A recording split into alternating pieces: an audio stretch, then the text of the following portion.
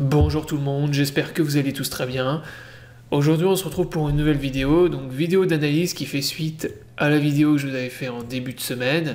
Donc en début de semaine, je vous avais fait une AT sur le Bitcoin, où je vous avais partagé l'analyse avec le pattern qu'il fallait absolument surveiller pour l'extraction. Et la tendance en fait sur le Bitcoin. Et donc là, ce matin, on a eu un break vers le bas. Donc finalement, le pattern de compression qu'on avait, dans lequel on évoluait depuis début janvier, donc qui était un triangle symétrique, il a breakdown. Donc là, il y a eu un joli dump. On est à moins de 8%, je crois, actuellement sur le Bitcoin. Sachant que là, actuellement, on est sur un retracement de Fibo. Donc c'est pour ça que ça rachète. Donc si vous prenez le retracement de Fibonacci, vous pouvez voir que là on est pile sur les 0,786. Donc c'est normal qu'ici en fait on ait un rachat et qu'il y aura probablement un rebond dans cette zone. Donc là le scénario bull que je vous avais présenté, il est invalidé. Et donc là maintenant on se dirige plutôt vers le scénario bear. Donc on a un retournement de la tendance sur le Bitcoin à court terme.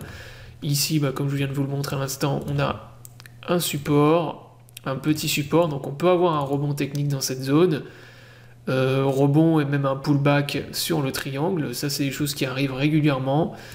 Voilà, sur les gros patterns comme ça, vous avez souvent des pullbacks, donc c'est pas impossible qu'il y ait un rachat dans cette zone, qu'on rebondisse et qu'on revienne, par exemple, reteste la résistance qu'il y a ici.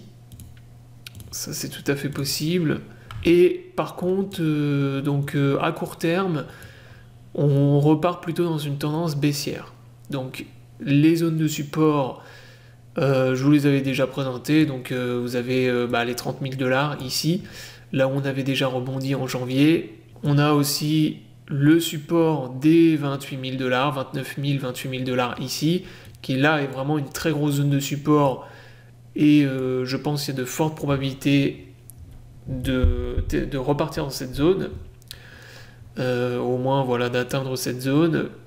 Et arrivé là, par contre, il y aura à nouveau beaucoup d'acheteurs. Donc c'est une zone qui va à nouveau relancer l'intérêt pour les acheteurs. Quand on va repasser sous les 30 000 $, on aura un Bitcoin qui aura un prix vraiment intéressant par rapport au début du mois, où on était à 42 000 $. Et donc ça c'est une zone où vraiment va falloir commencer à se positionner, rentrer par palier. Donc voilà un peu pour le scénario. Donc là, en cas de rebond dans cette zone, on peut venir pullback, donc comme je vous l'ai dit, le triangle. Donc on peut avoir un rebond comme ça. Donc ça c'est un scénario probable. On a également le support ici des 30 000 $, juste en dessous, qui peut faire office par exemple de double bottom dans cette zone.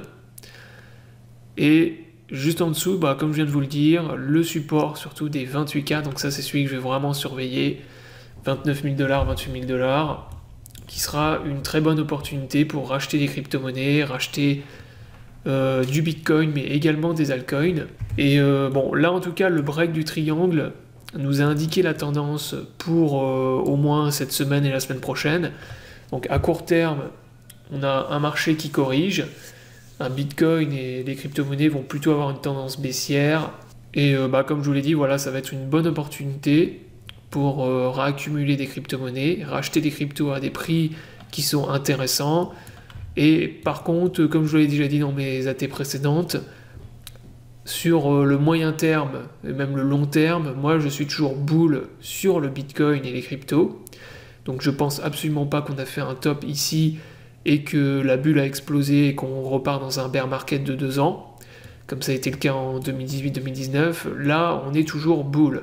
C'est juste qu'on a un retracement, on retrace le FOMO et la parabole qu'on a faite depuis le mois de septembre, donc ce qui était tout à fait prévisible. Et comme je vous l'avais montré justement en 2017, c'est quelque chose de normal et qui arrive régulièrement lorsqu'on est dans des bulles.